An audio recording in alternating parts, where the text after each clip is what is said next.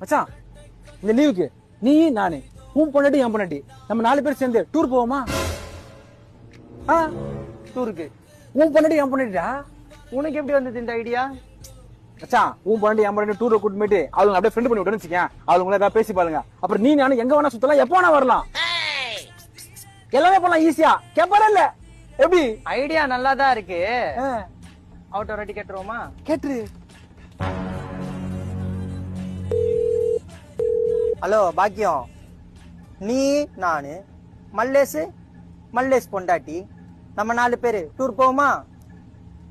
ஏங்க சூப்பருங்க. உங்களுக்கு எப்படிங்க இப்படி தோணுச்சு? மல்லேசன் கூட இருக்காரா?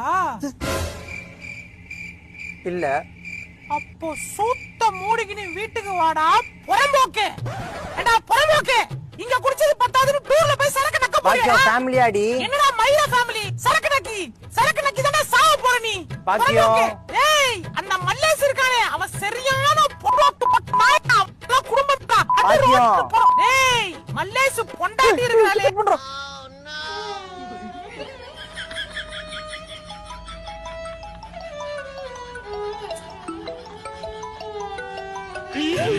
ஏழு ஜென்ம பந்தம் மனைவி என்பது இதில் நீ